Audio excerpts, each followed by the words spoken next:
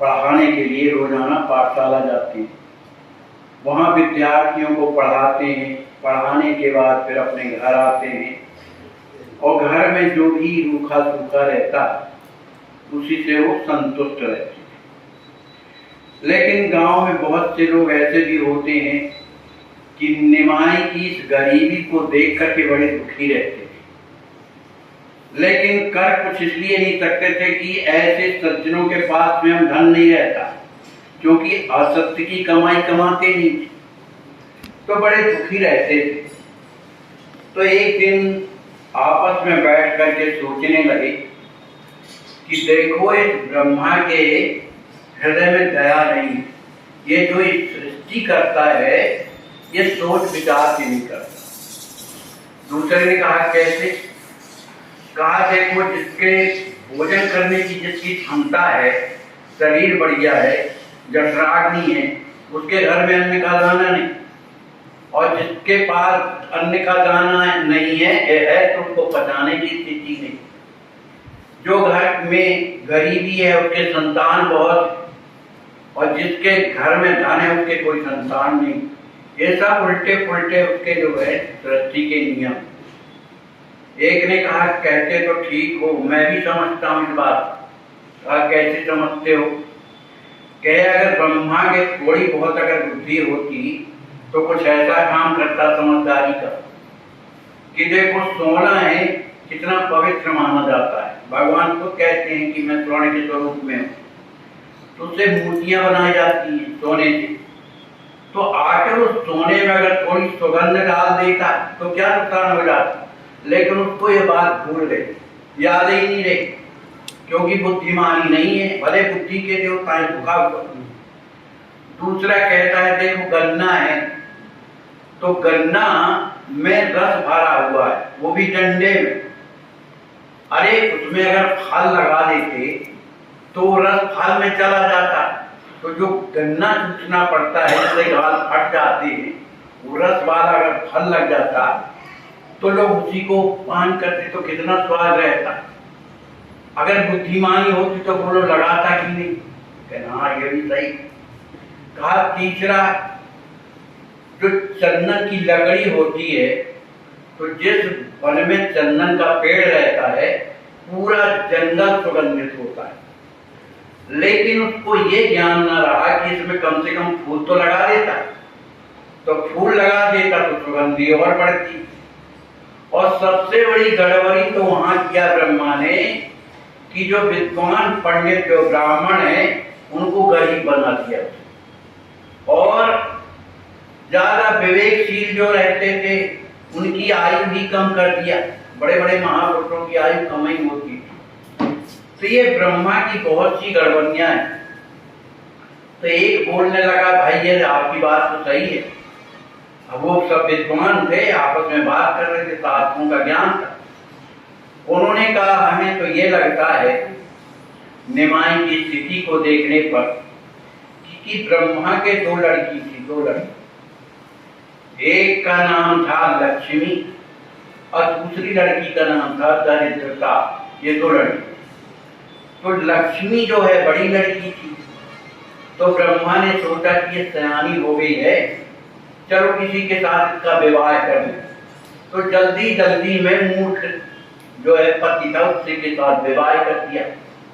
लेकिन लक्ष्मी जहां वहां जाती है तब सदुपयोग होने लगा।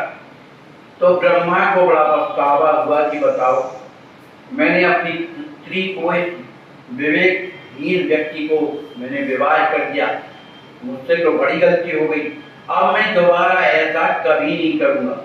तो जो एक छोटी लड़की है उसका विवाह ऐसी जगह करूंगा जो योग हो, शिक्षित हो, विद्वान हो, गुणवान हो, शीलवान हो, इसके साथ विवाह करूंगा। तो उनको कोई नहीं देखा, निमाई दिख गया, तो उन्होंने उसी के साथ उसका विवाह कर दिया। तो बहू घर में आ गई। लेकिन निमाई को भी तो देखो कि उसने उस बहू का भी तिरस्कार नहीं किया, उसकी कभी अवहेलना नहीं की, लेकिन उनके कहने में नहीं पड़ते थे, मन उससे प्रभावित नहीं होते थे। तो वो दरिद्रता भी एक कोने में खड़ी होकर के हाथ जोड़ अपने अपने ढंग से व्याख्या कर रहे हैं इधर निमाई ने सोचा कि मैं रोजाना पढ़ाने जाता हूँ लड़कों को, ठीक है, शिक्षा ग्रहण कराता हूँ, उससे जो भी बहुत मिल जाता है बालकों के द्वारा, उसी से अपना खर्चा चलता है। तो क्या केवल मैं पढ़ाने के लिए आया हूँ और मेरा कोई काम नहीं है क्या? मैं तो जिसके लिए आया हूँ वो काम मेरा पहले। माने पूरे बंगाल में जो अशिक्षिता फैली हुई है, बड़े बड़े विद्वानों के द्वारा जो वाम पंथ चलाए जा रहे हैं केवल अपने स्वार्थ के लिए, उन वाम पंथियों को मुझे रोकना होगा। उनका जो दुष्प्रभाव पड़ रहा है ज्ञान का, अज्ञान के द्वारा, उसको मुझे रोकना चाहिए। लोगों के लिए वो सन्मार्ग बताना चाहिए जिस मार्ग में चल करके उनका जीवन सफल हो सके, उनकी उन्नति हो सके। मुझे तो ये करना है। ऐसा मन में विचार करके उन्होंने सोचा कि अब मैं यात्रा करूं। पुराने जमाने में ऐसा ही होता था, जो बड़े बड़े महापुरुष होते थे अपने कुछ शिष्यों को लेकर के भ्रमण करते रहते, और उसमें जो कुछ भी प्राप्त होता था मानते किसी नहीं थे, जो मिलता था उससे आश्रम चलते। तो निमाई ने सोचा चलो यही किया जाए। तो उन्होंने अपनी मां सची देवी से परामर्श किया कि अब मैं बड़ा हो गया, अब मैं सोचता हूं कुछ यात्रा कर। तो मां ने उनका अनुमोदन कर दिया। लक्ष्मी देवी को जो है तो अपने पिताजी के यहाँ कर दिया मायके में। अब ये स्वतंत्र हो गए। 4-6 लड़कों को जो उनके शिष्य हो गए थे, विद्यार्थी थे, उनको साथ लेकर के ये अपने घर से चलते नदिया और गंगा के उस पार आए। जब गंगा के उस पार आते हैं तो वहां ही नवद्वीप में गंगा जी की 2 धाराएं बदल जाती, 2 धारा बदल जाती। एक तो धारा वहां से अलग हो करके और वह बंगाल की खाड़ी में जाके मिलती है। तो उस धारा को जो पद्मावती धारा, पद्मावती गंगा के नाम से लोग जानते हैं, और जो एक दूसरी धारा थी वो गंगा सागर में मिल जाती है, जिसे भागीरथी गंगा के नाम से जानते। तो जिस धारा से जो बंगाल की खाड़ी में गिरती थी गंगा जी, उसका जो क्षेत्र है वो क्षेत्र जो है पूर्व बंगाल कहलाता है, पूर्व बंगाल। और इस तरह का जो इस तरफ का गंगा जी वाला जो क्षेत्र था वो गोंडवाना के नाम से जानते हैं, गोंड देश कहलाता है। लेकिन उन्होंने सोचा गोंड देश की अपेक्षा जो है बंगाल देश पकड़ना चाहिए, वहाँ ज्यादा विद्रोह है, वामपंथी लोग ज्यादा हैं, वहाँ हिंसा ज्यादा होती है, तो पहले वहां चल करके उन लोगों के प्रति कुछ सोचा समझा जाए। ऐसा सोच करके वो पद्मावती नदी के किनारे किनारे चलते ही उस देश में पहुंचे, बंगाल, पूर्व बंगाल में। तो वहां भी बड़े बड़े विद्वान थे उस समय, सभी कोई संस्कृत के ज्ञाता थे, हिंदी और अन्य भाषाओं का ज्ञान नहीं था। विद्वान वही माना जाता था जो संस्कृत जानता। तो अधिकांश लोग जानते थे, चाहे वो वणिक व्यापारी हो, चाहे कोई भी जात के, वो सब संस्कृत जानते। तो जब ये आगे बढ़ते गए, जब इनका परिचय बड़े बड़े विद्वानों से हुआ, तो बहुत से विद्वानों ने इनकी तारीफ किया कि आपने जो व्याकरण में कुछ टिप्पणियां लिखी हैं उससे हमें बड़ा सहयोग मिला। उन टिप्पणियों को पढ़ पढ़ करके हमें कुछ ज्ञान हुआ कि हम विद्वान बन सके। कुछ लोग कहने लगे कि आप लोग का नाम तो हमने बहुत दिनों से सुना था, लेकिन मन में इच्छा थी कि आपका दर्शन कैसे हो। तो बड़ी कृपा हुई कि आपने आकर के हमें दर्शन दिया, तो हम तो धन्य हो ही गए, यह देश भी धन्य हो गया। इस तरह से बातें करते। आप चूंकि यात्रा में थे, जहां रात हो गई वहां रुक जाते। अब कोई जरूरी नहीं कि किसी के घर में रुक जाए, कहीं पेड़ ही मिला उसी के नीचे रुक गए, वहीं पानी की व्यवस्था वहीं रुक गए, जो मिल गया तो पाया, नहीं मिला तो कोई बात नहीं। लेकिन ब्राह्मणों से सबसे इनका परिचय था, तो लोग उनका जो है कुछ न कुछ भेज देते जिससे उनका चलता रहता। तो इस तरह से वो पता ये लगाया करते थे कि आखिर यहाँ कौन ऐसा पंडित है जो वाम पंथ का अनुसरण करके लोगों को भटकाता रहता है। इसकी खोज में ज्यादा रहते थे। और वो लोग भी इस खोज में जब पता लगा कि निमाई यहाँ आए हुए हैं, वो धर्म का प्रचार कर रहे हैं, भगवत भक्ति का मार्ग लोगों को सिखा रहे हैं, तो हम लोगों का क्या होगा? हमें तो ये देश छोड़ना पड़ जाएगा अगर लोगों की अधिकता उन्हीं तरफ हो गई तो वो भी उनसे मिलना चाहते थे।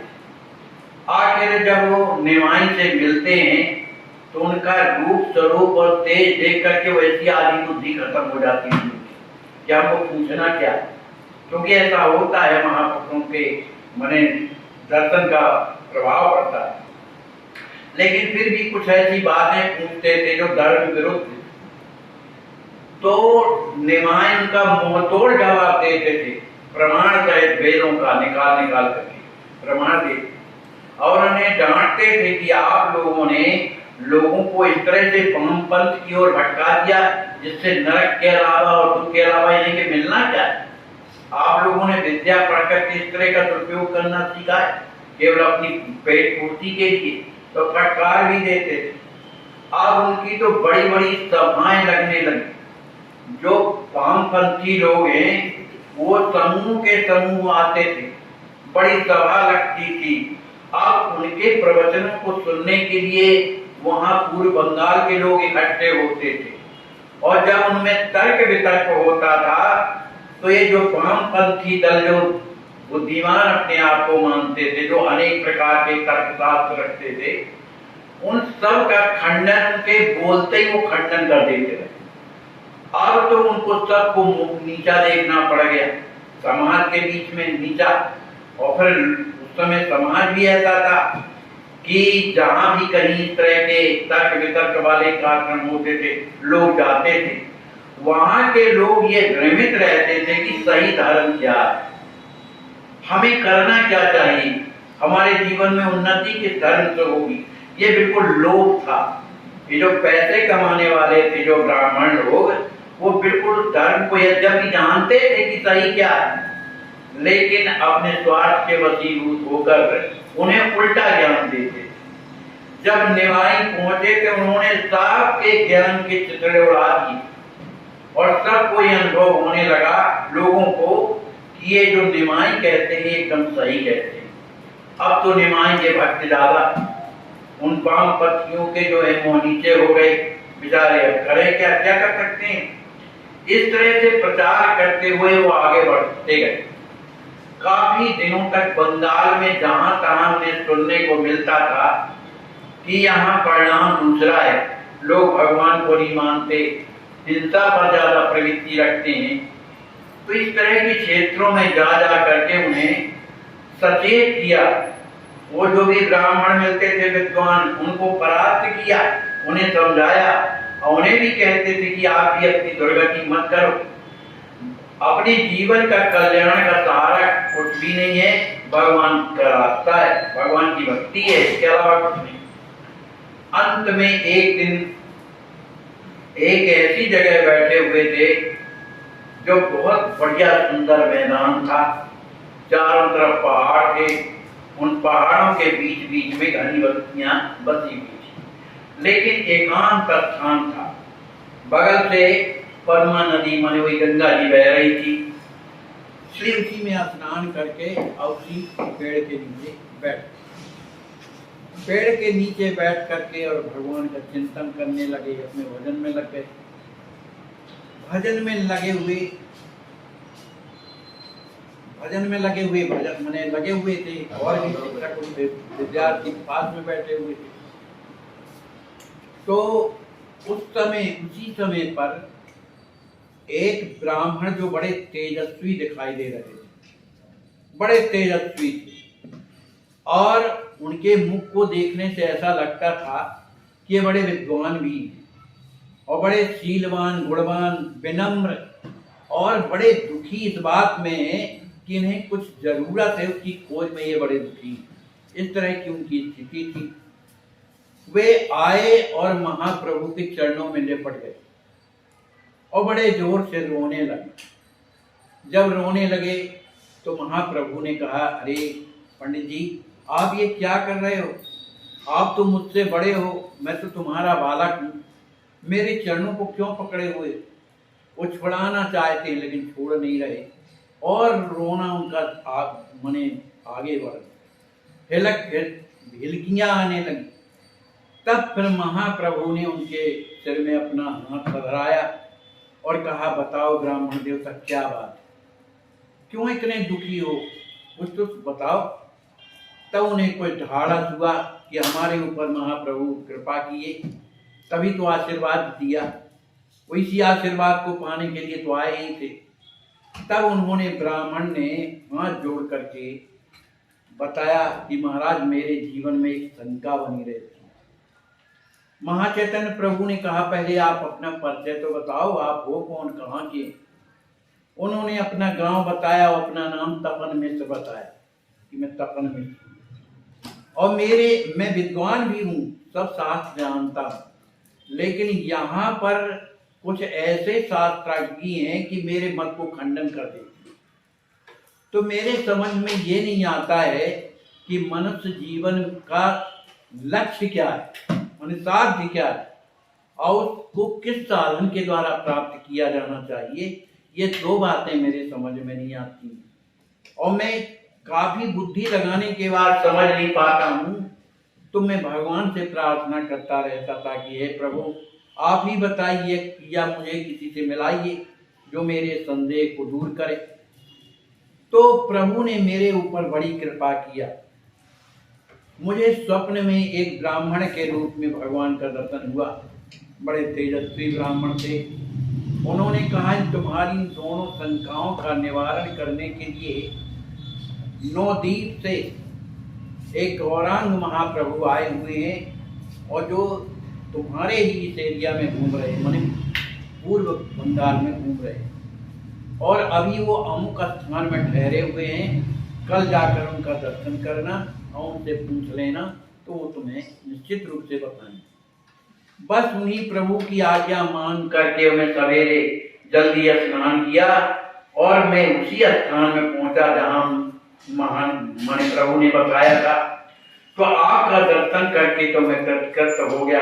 आप प्रभु एक ही कृपा करिए, मुझे अपनी शरण में ले लीजिए, मुझे शरण में ले लीजिए, मैं आपके चरणों की सेवा करना चाहता हूँ। तो महाप्रभु ने पूछा कि आखिर तुम्हें इस बात में क्या संदेह है, जो ये बात पूछ रहे हो साधन की, क्या संदेह? कहा, संदेह ये है कि कौन सा ऐसा साध है जो प्राप्त करना चाहिए, और उसको प्राप्त करने का साधन क्या है। तो महाचैतन्य प्रभु बड़े प्रसन्न हुए और कहने लगे, ब्राह्मण देवता, वैसे उस साध को प्राप्त करने के लिए अनेक युगों में अनेक साधन बताए गए। साध्य क्या है? परमात्मा की प्राप्ति करना ही जीवन का लक्ष्य है, उसी को साध्य कहते हैं। लेकिन वो किस साधनों से प्राप्त होता है, ये अनेक युगों में अलग अलग साधन किए गए। जैसे सतयुग में रूप ध्यान करते थे, ध्यान के द्वारा परमात्मा की प्राप्ति करते थे। त्रेता में लोग यज्ञ आदि करके यज्ञपुरुष भगवान के रूप में सेवा करते थे, और द्वापर में अर्चा विग्रह के रूप में भगवान की सेवा करके प्राप्त करते थे। लेकिन ये कलयुग है, कलयुग को भगवान ने इतना सरल बना दिया है, अपने प्राप्त पाने के लिए इतना सरल बना दिया है कि वो क्या है, नाम कीर्तन। हरे नाम हरे नाम हरे नाम केवलम कलौ नास्त्यो गतिरन्यथा। केवल गति होगी तो केवल भगवान के नाम कीर्तन से होगी, और यही कीर्तन, नाम कीर्तन ही उस तुम्हारे साध को भी पकड़ करके ले आएगा। तुम्हें कुछ करने की आवश्यकता नहीं। इसलिए कलयुग में केवल कीर्तन के अलावा और कोई दूसरा उपाय नहीं है। इस बात को सुनकर के तपन मिश्र बड़े प्रसन्न हुए कि भगवान की ही आज्ञा है, वो भगवान ही तो थे। चरणों में प्रणाम किया, प्रभु आपके चरणों को छोड़ करके मैं कहीं नहीं जाऊंगा, आप तो मुझे आप शरण में ले लीजिए, आपकी सेवा करता रहूंगा। तो महाप्रभु ने कहा कि आप अभी इस योग्य नहीं है, मुझे अभी बहुत काम करना है, लेकिन आप काशी पधारे, भगवान शंकर की नगरी में रह करके और भगवान के नाम का जाप करें, जो आपको पसंद हो, कृष्ण नाम, राम नाम, नारायण नाम, कोई भी हो जो आपको पसंद हो। वैसे आप तो कृष्णानंदी भक्त हैं, तू ही का नाम स्मरण करिए। जब समय आएगा तो मैं स्वयं काशी आऊंगा और आपसे मिलूंगा। ऐसा कहकर के तपन मिश्र तो काशी की ओर गए और ये अपने साथियों को, जो विद्यार्थी थे, उनको लेकर के वहां की यात्रा पूर्ण करने के बाद ये अपने नदिया की ओर प्रस्थान करते हैं। अब इसके बाद की घटना क्या है, क्या लीला है, वो अगले प्रसंग में आपको सुनेंगे। बोलिए श्री सीताराम जी महाराज की। आप यह जो दृश्य देख रहे हैं, ऐसे आज भी हजारों लाचार वृद्ध अस्वस्थ हालात में पड़े हुए तड़पते ईश्वर अल्लाह से मना रहे हैं कि अब मैं जीना नहीं चाहता, सहा नहीं जाता, मुझे ले चलो।